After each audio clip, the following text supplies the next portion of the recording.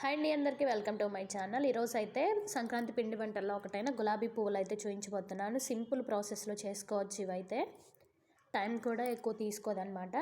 అది మీకు చూపిస్తాను. ముందుగా ఒక 2 కప్స్ రైస్ ఫ్లోర్ తీసుకున్నాను. అలాగే మైదా 1 కప్పు, అలాగే షుగర్ కూడా అదే కప్తో 1 కప్పు తీసుకున్నాను. దాంట్లోనే కొద్దిగంత ఇలాచీ పౌడర్ కూడా వేసేసుకుంటున్నాను. అలాగే ఒక చిటికెడు సాల్ట్ కూడా వేసుకున్నాను. తర్వాత అదే కప్పుతో ఒక 3 కప్స్ పడుతుందన్నమాట వాటర్ అయితే. అది వేసేసుకొని ఉండలేమీ లేకుండా ఇలా థిక్ పేస్ట్ లాగా చేసేసుకోవాలి. మా బుడ్డతల్లి చూడండి, నేను కలుపుతా అని చాలా బాగా కలిపేసింది. పిండి ఇలా ఒక 2 గంటలు పక్కన పెట్టేసుకోవాలి. అది నానుతుందన్నమాట కలిపిన షుగర్ అనేది మొత్తం. ఈలోపు మనం ఆయిల్ హీట్ చేసేసుకొని ఇవన్నీ రెడీ చేసి పెట్టేసుకున్నాను నేనైతే. ముందుగా గులాబీ పూలు వేయటానికి గంటను కూడా నూనెతో పాటు హీట్ చేసుకోవాలి. తర్వాత దాంట్లో అలా ముంచేసి దీన్ని మళ్ళీ ఆయిల్లో పెట్టేయాలి.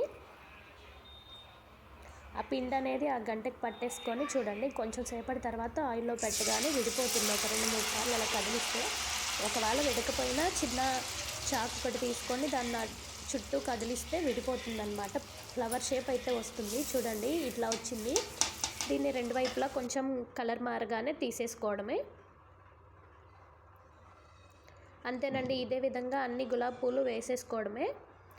చాలా సింపుల్గా అయిపోతుంది, కష్టపడే పని లేకుండా వంట అయితే. అలాగే టేస్ట్ కూడా చాలా బాగుంటుంది. పిల్లలు అయితే చాలా బాగా తింటారు. స్వీట్ రెసిపీ, అలాగే కరకరలాడుతూ చాలా బాగుంటాయి కాబట్టి. ఈ వీడియో నచ్చితే నా ఛానల్ అయితే సబ్స్క్రైబ్ చేసుకోండి. అలాగే లైక్ చేయండి, షేర్ చేయండి. ఇలాంటి మంచి మంచి వీడియోలు ఇంకా నా ఛానల్లో ఉన్నాయి. Please watch and subscribe. ఈ రెసిపీ నేనైతే మొదటిసారి ట్రై చేశాను. చాలా బాగా వచ్చాయి ఫ్లవర్ షేప్.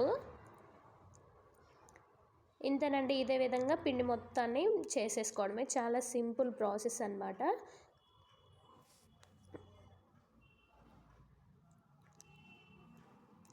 ఇలాగ మనకు ఎన్ని కావాలంటే అన్ని చేసేసుకోవచ్చు. ముఖ్యంగా పిల్లలు అయితే చాలా బాగా తింటారనమాట.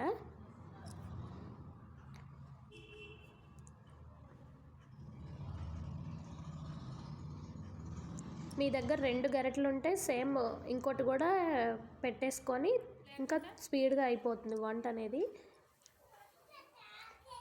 చూడండి, చూడడానికి ఎంత టెంప్టింగ్గా ఉన్నాయో. రుచి కూడా అలాగే ఉంది. మీరు ట్రై చేయండి. Bye bye.